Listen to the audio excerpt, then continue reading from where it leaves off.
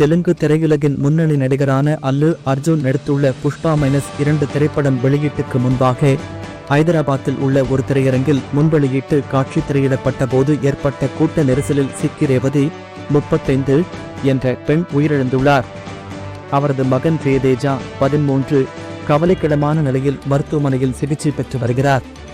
இந்த சம்பவம் தொடர்பாக அல்லு அர்ஜுன், அவரது பாதுகாவலர்கள் மற்றும் திரையரங்க நிர்வாகத்தினர் மீது காவல்துறையினர் வழக்கு பதிந்துள்ளனர். இது தெலங்கானா, ஆந்திராவில் மட்டும் நடக்கும் சம்பவம் அல்ல. தமிழகம் உள்ளிட்ட அனைத்து பகுதிகளிலும் சினிமா ரசிகர்கள் அளவுக்கு அதிகமான வெறியுடன் நடந்து கொள்கின்றனர். தமிழகத்திலும் பிரபல நடிகர்களின் படங்கள் வெளியாகும் போது ரசிகர்களுக்கென நள்ளிரவு காட்சிகளுக்கு அனுமதி அளிக்கின்றனர். அதில் போக்குவரத்தை தடுப்பது, பொதுமக்களுக்கு தொந்தரவு செய்வது, அதிக சத்தத்துடன் பட்டாசு வெடிப்பது, மேளதாளங்களுடன் விசில் அடிப்பது என பல்வேறு நடவடிக்கைகளில் ஈடுபடுகின்றனர். தமிழகத்தில் ஒரு நடிகரின் படம் வெளியான போது ஆட்டம் போட்டபடி பேருந்து முன் விழுந்து ஒருவர் உயிரிழந்தார். ஒரு திரையரங்கின் உட்பகுதியிலேயே பட்டாசு வெடித்து நாற்காலிகளை உடைத்து கிழித்து நாசம் செய்தனர்.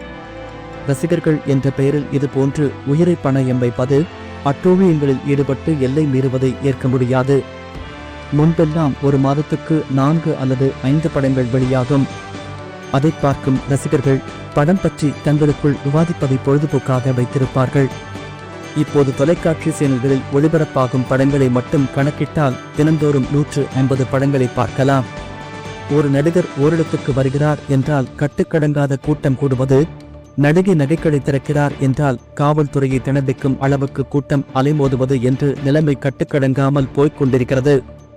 அஜித் ரசிகர்கள் பொது இடங்களில் எல்லாம் அஜித்தே கடவுளே என்று குரல் கொடுக்க தொடங்கியுள்ளனர். முதல் நாள் முதல் காட்சியை பார்க்க வேண்டும் என்று ஒரு கூட்டம் அலைமோதுகிறது. இந்த சந்தர்ப்பத்தை பயன்படுத்தி டிக்கெட் விலையை $0.000.700 என உயர்த்தி கட்டண கொள்ளையில் ஈடுபடுகின்றனர். சினிமா என்பது கலை, பொழுதுபோக்கு என்பதில் சந்தேகமில்லை. ஆனால் நடிகர்களை கடவுளாக சித்தரிப்பது, அவர்கள் பெயரை சொல்லி கட் அவுட் வைத்து கும்மாளம் போடுவது போன்ற செயல்கள் தேவையா என்பதை இளைஞர்கள் சிந்திக்க வேண்டும். அப்போதுதான் தெலங்கானா சம்பவம் போன்ற அசம்பாவிதங்கள் நடைபெறாமல் இருக்கும்.